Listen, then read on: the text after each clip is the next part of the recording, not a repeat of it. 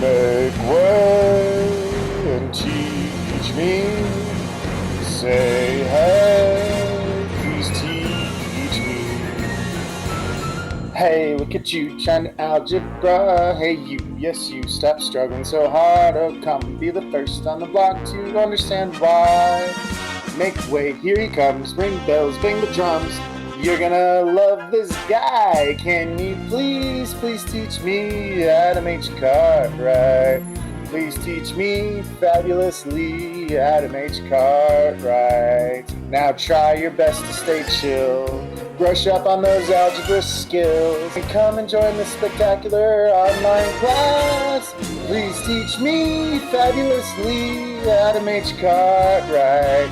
Better than 10 other teachers, definitely. He's written on all the chalkboards. Hundreds of students got bored. You sent those kids onwards. Why, please teach me. Please teach me fabulously how to make your card right. Heard your math skills were so lovely to see. And that, good people, is why I got down and dropped by. Make way and please teach me. Why, please teach me. What is up, my math friends? How's it going, guys? Good to see you again. Today, we are talking about bias. So there are 5 main forms of bias, and bias will skew your data results. So the reason why we look at bias is because it, let's just start with the quote. So, to know the true reality of yourself, you must be aware not only of your conscious thoughts, but also of your unconscious biases, prejudices, and habits. So, what happens a lot is we assume something to be true, or we place an opinion on something before it actually occurs. Kind of a mean example, right? Who would have the highest NWEA scores, right? It should be somebody from the advanced class. That would be a bias, right? I am placing on what I think the data should be before I've ever looked at the data. This can cause you to run into errors. It can also cause you to believe something that is not true.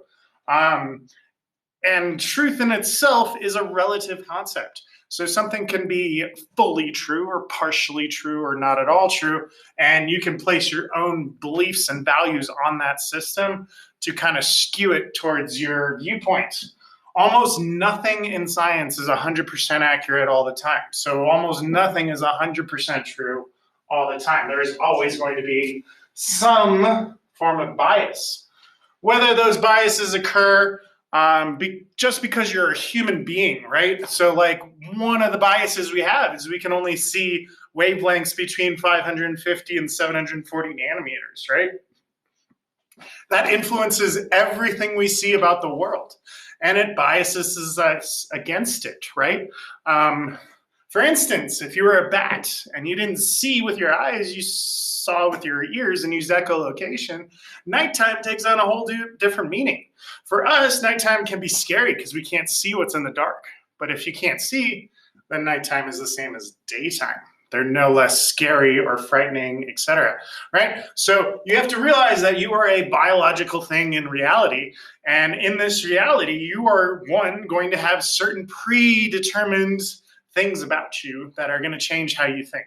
You're also going to have things that you have learned from other people, like teachers or parents or whatever, that may or may not be true. Mr. Curry has at least lied to you at least 50 times this year and nobody's caught me. What was it about? But the point is, really, is you have to look at yourself, you have to look at what you think, and you have to analyze that, right? And if you analyze it successfully, you can realize that, hey, yeah, I do think this way that isn't actually based on numbers or data. And people go through old data all the time to find new things. We're going to be talking about the main 5 ways a statistical survey can be biased and how to watch out for those. So you can pretty much make statistics say whatever you want them to if you are using these biases. If you've looked through your study and your data and you've gotten rid of these biases, then the statistics will provide a more accurate picture. But let's go ahead and jump in. We've got 5 biases. There's confirmation bias, selection bias, outliers, overfitting, underfitting, and confounding variables. So let's start with confirmation bias. We have a great little cartoon that you can't read. So basically it says, did you read my paper on confirmation bias? And the guy says, yes, but it proved what I already knew. And so confirmation bias is when you look for data that reaffirms what you already thought, right? So Mr. Cartwright thinks he's the best basketball player in the world. I'm going to go to my website, adamcartwright.com, and look up the data that says Mr. Cartwright is the best basketball player in the world. I'm looking for data to confirm what I already believe. That isn't how it should work, right? You should have the data tell you what the truth is, not you tell the data what the truth is, right? That makes sense? So a lot of times in studies, we go in with a preconception of, hey, this is what the results is going to be. That's not necessarily bad. That's science. You should have an idea of what the outcome is. But if the results don't match what you predicted, you should throw out your prediction. You shouldn't fix the results to match your prediction. So confirmation bias is when you look for data that proves what you already know. You're not looking for new information. You're not looking for contradictory information. Selection bias has to do with the things you pick in the category. So for instance, if I wanted to test rate of cancer in adults and I only looked at smokers, right? The rate of cancer would be much higher and I'd be freaking out. I'd be like, everybody has cancer, right? But I've selected a group that is more likely to have the outcome that I'm looking for. So that is why selection bias is a thing, right?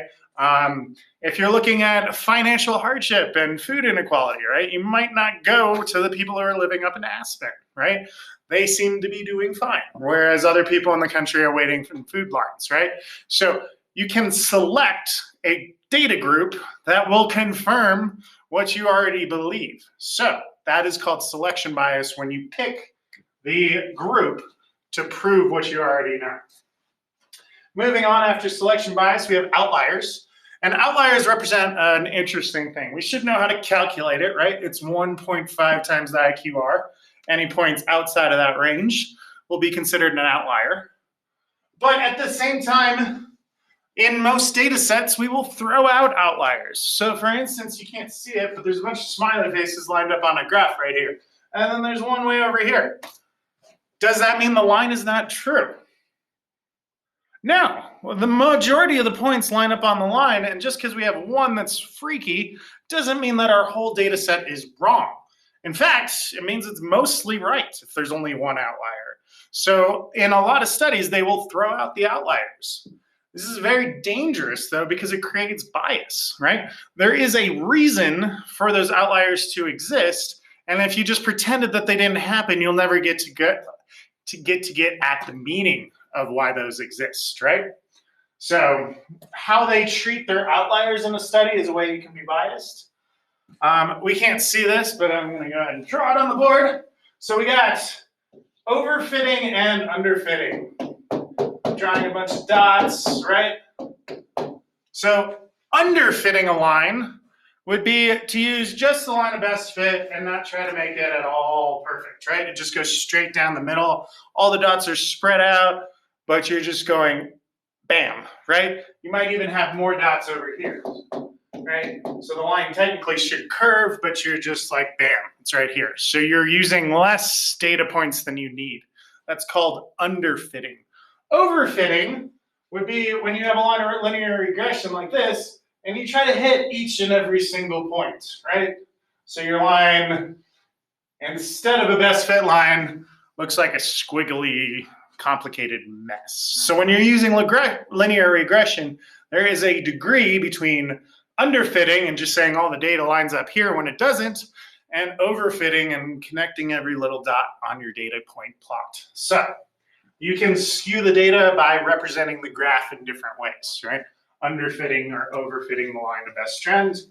And finally, we have something called confounding variables. So, Mr. Cartwright ate a lot of cheeseburgers this year, right? More than usual. and more people died from COVID-19 than usual this year. Are those things related? No. Yes, they coincided at the same time. They were connected temporally through time, but they weren't actually related at all. You know, my eating cheeseburgers didn't cause the infection rates to go up, right? And vice versa. The infection rates didn't cause me to get depressed and eat a bunch of cheeseburgers. I just really like cheeseburgers. And yeah, I ate a lot of them this year. So, what you can have is a confounding variable. So in this case, the confounding variable was probably Mr. Cartwright staying at home, right? I have a really good cheeseburger place next to my house. I spent a lot of time there. That would be the confounding variable. The other half of the data would be like, yeah, there was a new virus that had never been discovered before. And that's what skewed the results that direction. So a confounding variable basically is something that you're not talking about that is actually driving the data, right? Let's say my basketball team shoots 0% from the free throw line this year, which would be terrible. But at the same time, let's say they don't take any free throws, right? So are we really bad at free throws, or is there a confounding variable like the refs aren't making any calls? So once again, just to review real fast, we got 5 types of bias. We've got confirmation, which means you're looking for knowledge you already know. Selection, which means you're picking just one group to represent a whole population. We have outliers and whether or not you choose to throw them out or include them in your data. We have overfitting and underfitting your line, either not getting all the dots or getting too many of the dots. There's kind of a nice medium between that. And finally, there's confounding variables. And confounding variables are something that you are not talking about that is actually driving the data. So back to my smokers and cancer analogy, right? The smoking is what's causing the high rate of cancer in that group. That's the confounding variable. If you don't talk about it, by definition, your study will have bias in it. So hopefully that all made sense. Please, at this point, return to live classroom with any questions you guys might have.